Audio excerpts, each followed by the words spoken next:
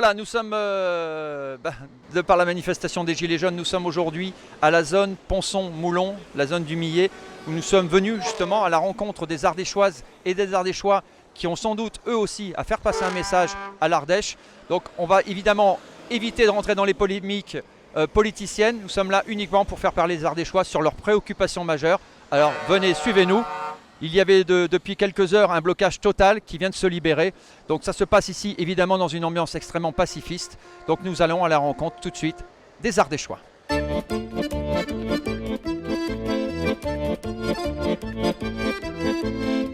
La rencontre de tes rêves, t'as pu faire une trêve, monter si vite au ciel, mais sans battre des ailes, exorciser ton cerveau, te voir en petits morceaux, me t'éparpiller presque partout, repêché par des anges. Je lève la tête et je tremble, ta silhouette dans les nues me répète qu'on finira tous ensemble. Voilà, nous sommes autour d'un barbecue. Le poulet est en train de cuire. On voit que ça se passe évidemment dans une ambiance extrêmement familiale et bon enfant. Je suis donc avec Christian. Vous êtes gilet jaune depuis le premier jour, depuis le 17 ? Depuis le premier jour, on est là, on est sur place et on pense tenir un bon moment. Voilà, s'il faut, on tiendra un bon petit moment, on s'organise. On est là pour revendiquer, surtout dans notre département, l'Ardèche, le désenclavement. Nous, il est pris des décisions au haut de la France, en haut de France, et nous, dans nos petites campagnes, on perd tout. Tous les services publics et tout, donc nous on se bat pour ça, on est taxé sans arrêt et dans nos petits départements on n'a pas des gros salaires, il n'y a pas des grosses payes, des grosses retraites et ça fait que on se bat pour essayer d'obtenir des choses au niveau du département et au niveau de la France bien sûr, mais du département parce qu'on est désenclavé. Alors le fait d'être justement désenclavé, ça joue sur quoi? Sur aujourd'hui l'augmentation des taxes du carburant? Oui, la taxe des carburants, vous voyez, comment on appelle? La CSG, l'augmentation pour les retraités? Voilà, la taxe d'habitation qui a été enlevée, mais dans certaines communes chez nous, les maires sont obligés de l'augmenter parce qu'il faut quand même arriver à avoir de l'argent dans nos petites communes, donc les maires sont obligés et ça fait que c'est encore nous qu'on subit les conséquences parce que dans des petits départements, on n'y pense pas. On pense aux grandes villes et aux grandes métropoles, mais les petits départements, on s'en fout complètement, on dirait. Voilà, on est révoltés, on est des Gaulois révoltés. Voilà, donc on est ici sur un village gaulois, comme il a été un petit peu annoncé. Vous êtes un mouvement aujourd'hui de combien de personnes en moyenne par jour ? Par jour, je pense qu'on doit être une bonne centaine ou 150. Et puis après, les week-ends, bien sûr, comme samedi dernier, parce qu'il ne faut pas écouter les sondages, c'est que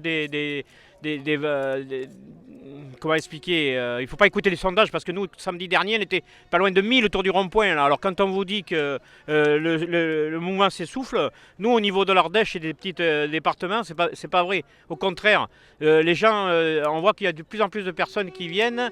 Il y en a qui travaillent, qui ne peuvent pas venir. Nous, on est retraités, on est là en permanence. C'est justement pour que tout le monde puisse venir à un moment de la journée. Ils sont là, ils viennent nous soutenir et tout. C'est très agréable. Alors justement, aujourd'hui, vous avez décidé de taper encore un petit peu plus fort, puisqu'habituellement, les personnes pouvaient circuler assez librement. Ce matin, vous avez décidé de faire une zone de blocage qui a terminé il y a quelques minutes. Là. Tout à fait, on a bloqué ce matin de 9h30 à 11h30. On a été le seul rond-plein, je pense, parce qu'on avait prévenu quand même en amont les gens pour leur dire qu'on allait bloquer. On ne voulait pas les prendre en otage. Pourtant, l'effet de surprise aurait été plus agréable. Mais nous, on n'est pas comme ça. On ne veut pas bloquer les gens.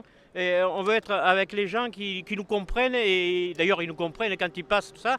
C'est quoi votre préoccupation, vous, en tant que jeune ardéchoise, sur ce territoire? On va parler principalement de l'Ardèche. Aujourd'hui, c'est quoi votre souci quotidien? Et pourquoi êtes-vous là aujourd'hui?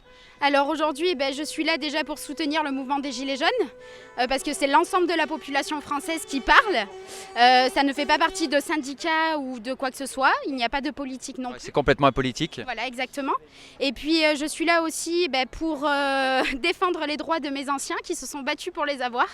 Et pour ma fille, parce que j'ai une fille qui a 13 mois, et du coup pour défendre aussi ses prochains droits. Et pour les taxes, pour tout ce qui se passe dans la France entière, parce qu'on en a marre d'entendre des gens qui disent on n'arrive pas à la fin du mois. Si on parle principalement de l'Ardèche, qu'est-ce qui manque aujourd'hui en Ardèche? L'Ardèche, on n'a plus de chemin de fer. Par exemple, je vais vous citer un petit exemple qui s'est passé, qui nous est arrivé la semaine dernière. On voulait aller à Pau, parce que notre fille est descendue à Pau. Et pour aller à Pau, de Montélimar, il faut prendre le train, monter à Paris-Gare de Lyon, changer à Montparnasse et redescendre à Pau. Alors nous, on nous parle d'écologie, mais bon, là, je suis désolé, je ne suis pas sûr qu'on en fasse beaucoup. Ensuite... Vous parliez du travail? Oui, le travail, on est dans une zone sinistrée, quoi. On n'a pas on est proche de la vallée du Rhône, heureusement, mais ça fait quand même une demi-heure de voiture. On n'a pas d'industrie, on n'a plus d'industrie, on n'a plus de filature, on n'a plus rien. Voilà, quoi. Des aides, on veut bien les aides, quoi. Mais par exemple, moi qui suis demandeur d'emploi, il y a des semaines où il y a des jours où il n'y a pas une seule offre d'emploi. Où il y a, par exemple aujourd'hui, il devait y avoir 2 ou 3 offres d'emploi, c'est tout. Et on peut regarder aussi bien sur Pôle emploi que sur Le Bon Coin, parce qu'on fait tous azimuts pour trouver, mais il n'y a rien. Ou alors aussi, on tombe sur des annonces qui sont complètement aberrantes, quoi. On nous demande, je suis tombé sur une annonce, alors c'est juste un exemple, on demande à une personne de parler le russe couramment, l'allemand couramment, de faire le service, le nettoyage, tout ça pour 9 € par mois, quoi.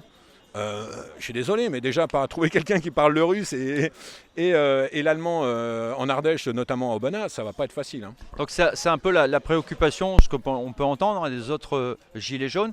C'est l'emploi. Vous parlez évidemment de servitude, on n'a pas de train en Ardèche. Et les actions, les réformes qui sont en cours aujourd'hui au sommet dans les Hauts-de-France impactent directement les Ardéchois. Oui, mais en fait, le problème, c'est que ça impacte tout le peuple, parce que là, on a des problèmes de transport, ça c'est sûr. On est tous obligés d'avoir une, voire 2 voitures, voire des fois 3, parce qu'on a des enfants. Moi, j'ai un enfant qui a 19 ans, et qu'il faut pour trouver du travail, il lui faut une voiture. Du coup, on a 3 voitures. Même si on nous donne les 4 000 € pour changer de voiture, on peut pas. C'est moi qui répare les voitures. Voilà, maintenant, j'ai de plus en plus de mal à le faire. Mais il n'y a pas que ça. Je veux dire, le fuel, moi je suis au fuel depuis 20 ans, parce que c'est une énergie, certes, qui pollue. Mais voilà, quoi, changer une chaudière pour... Vous n'avez pas les moyens aujourd'hui de changer une chaudière comme ça aussi facilement, quoi. Bah non, et puis même si l'État nous aide, on ne pourra pas. Et puis bon, il y a plein de choses. Ils ont fermé les robinets de plein d'associations, ils ont fermé le robinet de plein de structures, notamment... pour les jeunes, enfin bon, il y a la carte famille nombreuse qui est descendue, on nous oblige à avoir deux mutuelles obligatoires, mais voilà, si on ne peut pas les payer les mutuelles obligatoires, on se retrouve parfois avec 2 mutuelles qui se télescopent, et en fait on ne peut même pas être remboursé ni par l'une ni par l'autre. Je veux dire, là, au bout d'un moment, il faut arrêter. Donc en fait, si on comprend, évidemment, on le comprend sur le fond, aujourd'hui sur la forme, c'est-à-dire dans toute forme de vie aujourd'hui, ça touche l'alimentaire, que ça touche les moyens de locomotion, que ça touche l'emploi évidemment. L'Ardèche est sinistrée comme plein d'autres départements, bien évidemment. Mais bien sûr, mais regardez, il y a en 95, on touchait 7 000 francs de salaire et on payait notre café 1 €. Bon, c'est un exemple que je donne souvent. Maintenant, on payait 1 franc. On payait 1 franc, j'ai dit 1 €, pardon, 1 franc. Maintenant, on est payé 1 350 €, c'est-à-dire pratiquement l'équivalent. Par contre, on paye le café 1 €, 1,30 €, 1,20 €. Donc, en proportion, c'est quand même 700% d'augmentation. On répercute ça aussi sur l'essence, on répercute ça sur les assurances, sur les taxes d'habitation, sur les taxes foncières, sur la redevance télé, 139 €. Mais 139 € quand on voit les programmes télévisuels, mais de la... les chaînes publiques. Les chaînes publiques, merci. C'est quoi ces programmes ? C'est un ras-le-bol général. Mais c'est tout, je veux dire, c'est tout. Tout le monde en a marre. Il y a toutes les corporations, tous les partis politiques. Ça fait 30 ans que différents... Alors on nous dit oui, à droite, la gauche, mais on a eu des gouvernements de droite, on a eu des gouvernements de gauche, que ça soit la droite ou la gauche. De toute façon, là-bas, tout le monde fait de la politique maintenant. En fait, c'est devenu une profession. Quand on voit que, par exemple, les Français, parce qu'il y en a peut-être qui ne le savent pas, mais Giscard d'Estaing, c'était l'un des plus jeunes présidents de la République française. Il est arrivé au pouvoir, je crois qu'il avait 47 ans. 47 ans, exactement. 47 ans. Et du coup, depuis 81, il faut savoir qu'il touche 2,2 millions d'euros par an. Il a 14 personnes à son service qui sont... En plus, c'est totalement illégal parce que c'est absolument pas ni dans les lois, ni dans la Constitution. Il a tout ce personnel à sa disposition qui est payé grassement par les Français. là-dessus, vous rajoutez Giscard. Donc à Giscard, vous rajoutez Chirac qui nous coûte que 1,5 million d'euros. Sarkozy qui nous coûte 2,1 millions. Les ex-ministres de l'Intérieur. Vous avez oublié Hollande. Non, mais Hollande, il est. Hollande aussi, mais je sais pas combien il touche, pardon. Je sais pas combien il touche parce que. On va tous les faire quand même. Hein. Oui, là, je sais pas, quoi. Je peux pas le dire, je sais pas. Mais par exemple, les ex-ministres de l'Intérieur, ils ont 4 personnes et une voiture de fonction à vie. Ils ont les ex, enfin tous les ministres et députés, etc. Ils ont le train gratuit pour eux et leur entourage. Il faut savoir que si vous avez réservé votre billet sur le TGV et que des fois, il y a un de nos ministres qui décide d'aller à Marseille et que le train il est complet, c'est vous qui giclez. Hein. Ces aides ne sont pas suffisantes ? Les aides, on nous les propose en 3 mois. Donc les gens, il faut qu'ils patientent 3 mois. Moi, je trouve que c'est très très long. Les gens demandent aujourd'hui les aides. C'est tout de suite...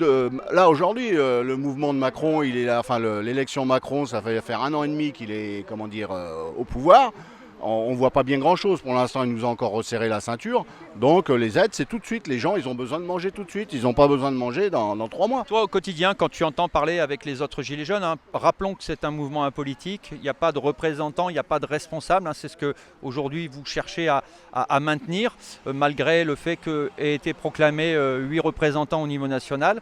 On sent que les gens se disent nous, on ne les connaît pas, on ne sait pas qui est. Et puis en même temps, il n'y a pas à avoir de représentants. Est-ce que ce mouvement se structure ou reste comme depuis le 17, assez bon enfant, bon an, mal an, tout le monde fait un petit peu ce qu'il a envie. Comment ça se passe ? Déjà, c'est que tous les gens sont en colère. Donc ce problème d'apolitique est là.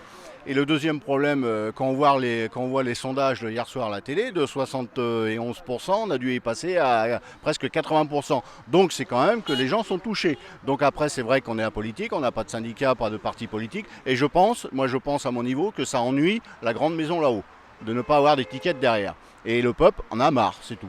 Quand je dis le peuple, c'est le peuple, voilà. C'est quoi aujourd'hui, si tu devais résumer en 3 mots le mouvement des Gilets jaunes, ce serait quoi les 3 mots ? Les 3 mots, c'est simple, on arrête demain le mouvement des Gilets jaunes et on demande la baisse de beaucoup de taxes. Je pense que ça aiderait beaucoup de gens. Pour moi, c'est ça. Très bien. Bon, en tout cas, nous ici aujourd'hui à Aubenas où nous y étions, on ressent beaucoup de dépit, on sent également beaucoup de colère et surtout des réponses. Je pense que les Ardéchois cherchent aujourd'hui des réponses qu'ils n'ont pas. Et évidemment, on va inviter... Vous avez discuté avec le député ? Non, on n'a pas l'occasion. Madame la préfète vient de passer, mais bon, je ne sais pas ce qui s'est dit ou pas dit, donc voilà. Très bien. Bon, enfin, en tout cas, nous, on a fait notre travail en tant que télévision ardéchoise, c'est-à-dire aussi être là sur le terrain auprès des Ardéchoises et des Ardéchois pour faire évidemment passer ce message qu'ils ont à faire passer. A très très vite sur TV07 et on continue avec les reportages. Ciao, ciao.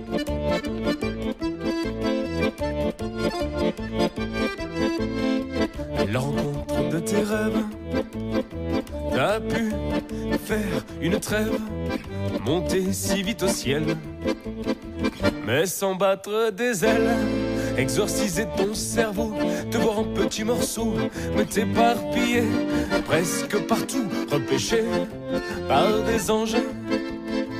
Je lève la tête et je tremble, ta silhouette dans